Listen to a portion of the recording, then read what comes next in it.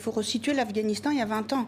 C'est-à-dire que, comme je disais en début de cette émission, il y a derrière, nous avons eu l'invasion russe, nous avons eu toute la guerre civile entre les deux, et nous avons eu les talibans qui ont supprimé totalement toute existence étatique dans ce pays. C'est-à-dire qu'on a supprimé les structures. Moi, je suis arrivée en 2001 dans le ministère des Affaires étrangères.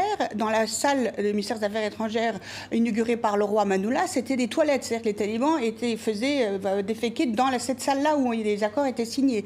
Donc c'était ça l'état de l'Afghanistan, avec tout le cerveau qui avait déjà fui l'Afghanistan à plusieurs reprises. Ne serait-ce que si vous prenez ma famille, il y a eu plusieurs reprises de fuite à l'époque des soviétiques, à l'époque de la guerre civile, à l'époque des talibans. Donc il n'y a plus personne qui était là pour reconstruire ce pays. Il n'y a eu aucun programme digne de ce nom, ne serait-ce qu'un programme tout simple. Je vais vous dire, moi j'étais jeune diplomate, j'y croyais dur comme fer. On a mis en place un programme des Afghans qualifiés, le retour des Afghans qualifiés.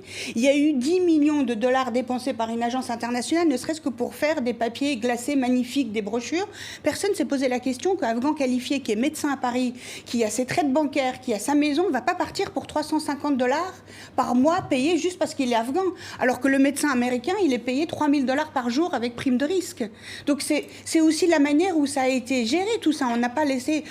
La France, l'Allemagne, par exemple, j'étais là dans ces négociations, avait dit qu'on allait reconstruire une armée, une gendarmerie, police digne de son nom.